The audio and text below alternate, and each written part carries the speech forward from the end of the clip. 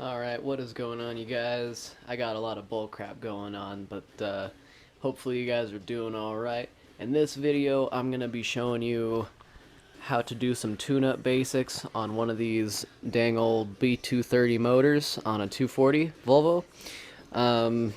I recently posted a couple videos of me working on this thing that you see out here, and that thing is a LH 3.1 car that I built a motor for, and it was running great for about a week, and I didn't make any videos because I was just enjoying the crap out of it. And then one night I came home and I went out a half hour later to get a drink of soda, and it fired once, and now it just cranks over and doesn't start. So that's going to be another video. So in this video, what I'm going to be doing to tune up this 240 is a new air filter, new timing belt. The seal on the water pump is gone, so definitely a new one of those. And then your basic old oil change. So the first thing that you're going to need is your tools. And right here I got a couple extensions. I got a 10, a 13, a 12, and then just a flathead and a Phillips. The first thing, I just went ahead and took these screws out of the fan shroud and got that loosened up. The next thing I'm going to do is go down under here. Alrighty, so the location for the undercovered bolts, there's one on the passenger side and one on the driver's side as well. So there's one right there, there's one right over here, and then down under here there's supposed to be a few more than there actually is, but I only use one. That's all I've ever really needed to use was one. So as you can see, I got that bottom cover off there. Now I'm gonna come up top here and show you guys how I remove the fan shroud and the fan. Like I said before, take those two top screws out, get this guy moderately out of the way. So you rotate the fan around a little bit till you get to the 10, and then you just rotate it clockwise, and then your bolt will come off. Alright, so once you do that, pull your fan off and your fan shroud can come out.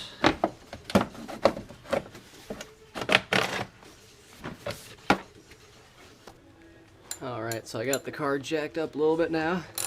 Just going to start removing this timing cover. See what shape the timing belt's in. There's a couple 10mm bolts and a few 12mm bolts.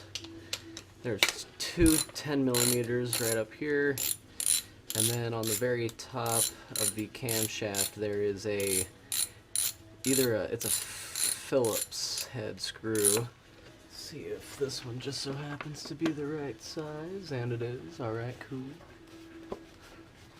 I think there's a 12mm bolt that's down on the bottom. Take my screw here and put it somewhere that I won't lose it. So right down there, it's a 12mm bolt. Should come off. Oh, what I've noticed a lot of times is that these cars from the factory had like the water pump, or the pulley that goes on the water pump has a disagreement with the actual timing cover right there. Alright, so now that I got my 10mm right here, I can go ahead and hold this guy stationary and break him loose. I'm gonna go ahead and speed this up a little bit. Alrighty, so once you get those nuts off, then the next thing you need to do is loosen up your alternator bracket and your AC brackets. There's a couple 13 and 12mm bolts. They both might be 13. One might be 13, one might be 13, and one might be 12. So you just want to make sure to have a 12 and a 13 with you down there, and maybe a few extra to go ahead and get them loosened up. So it's literally straight down here. to 13. Once you loosen that, you should be able to move this guy a little bit enough to at least wiggle off your alternator belts. So I'm coming down on yonder and loosening up these bushings. This one I just loosened up without having to put a bolt or a wrench on the other side. I was able to just crack it loose, which is all you really need. And you don't need these bushings to be all that tight either. Like, definitely tight, but not too tight. They're just to hold the thing onto the bracket.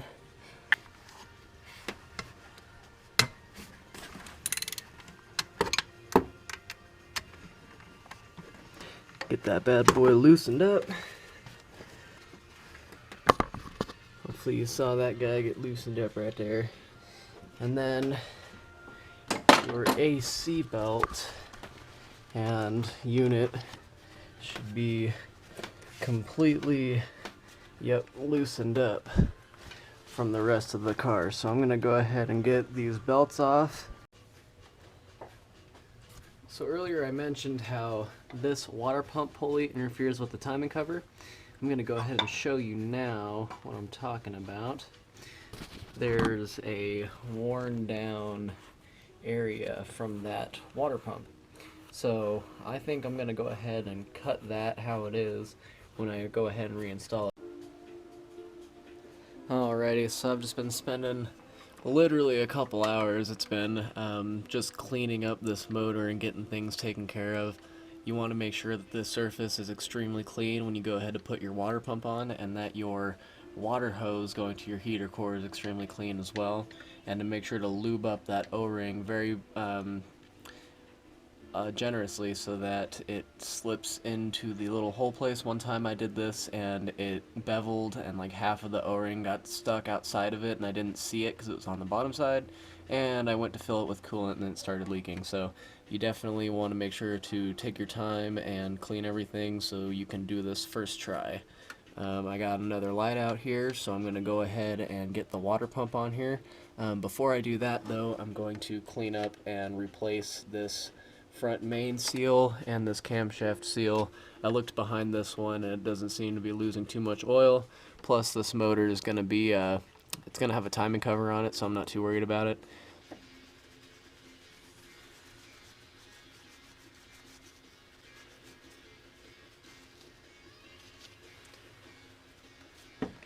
Oh, and make sure to take anything out that shouldn't be in there.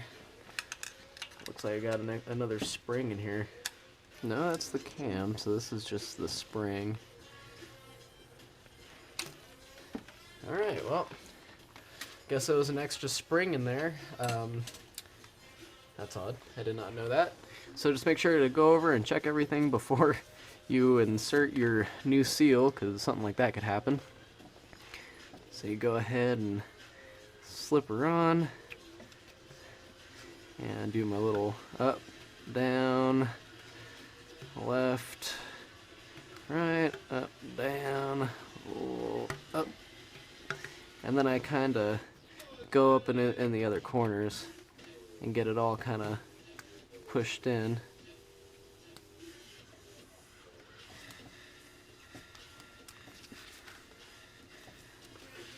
And if you use a socket, kind of use over the top, helps push that guy in. Alright, so I got that new seal pushed in there. I'm going to give it a few more taps.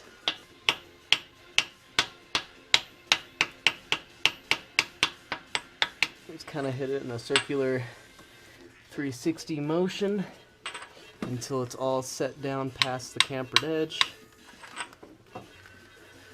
And then she's pressed in. You're all set.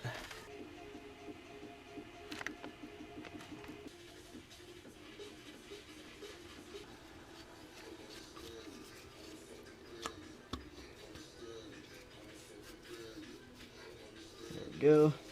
Make sure to get them all. Press down the top, on the sides.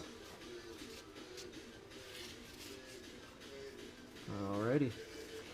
Use my rag here and clean it up a little bit.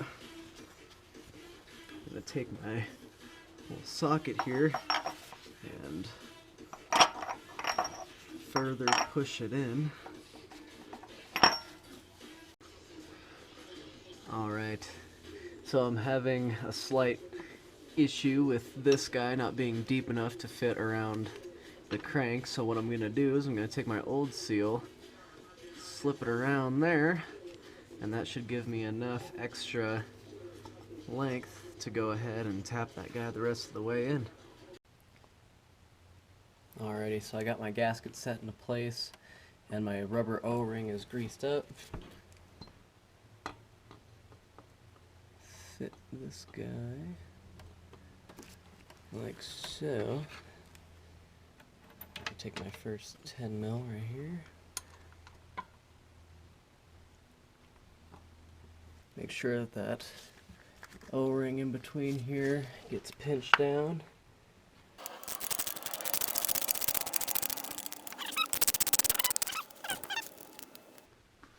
Alrighty, so I went ahead and skipped ahead a little bit. I basically was tightening down the bolts when I left off. You just want to go in a star pattern and don't tighten it down too much, otherwise that can cause a leak. I tightened up the little O-ring on the side here for the heater core pipe that goes to the water pump, and I got my lower hose attached and I did a pressure test and everything seems to be sealed up pretty good. So now I'm just getting my new timing belt. Alrighty, so I just went ahead and tossed on a new pair of gloves so when I handle the new timing belt nothing gets dirty.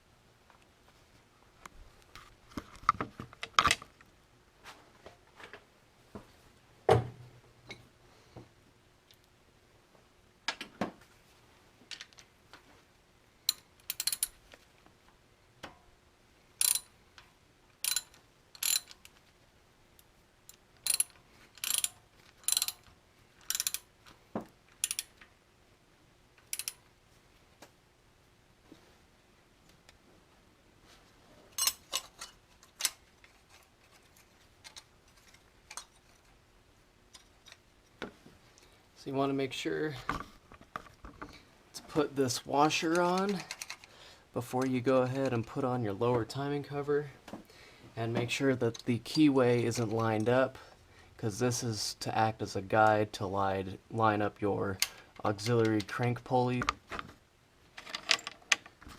Should be a 12 and a 10mm nut that go into the bottom here. Go ahead and tighten them the rest of the way down on there.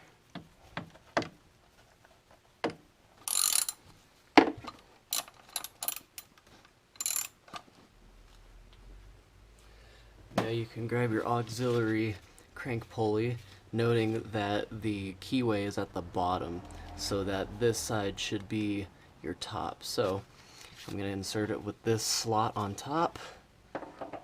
Fit it onto the thing, spin it around, and there you are. You're lined up. And get your 24mm bolts.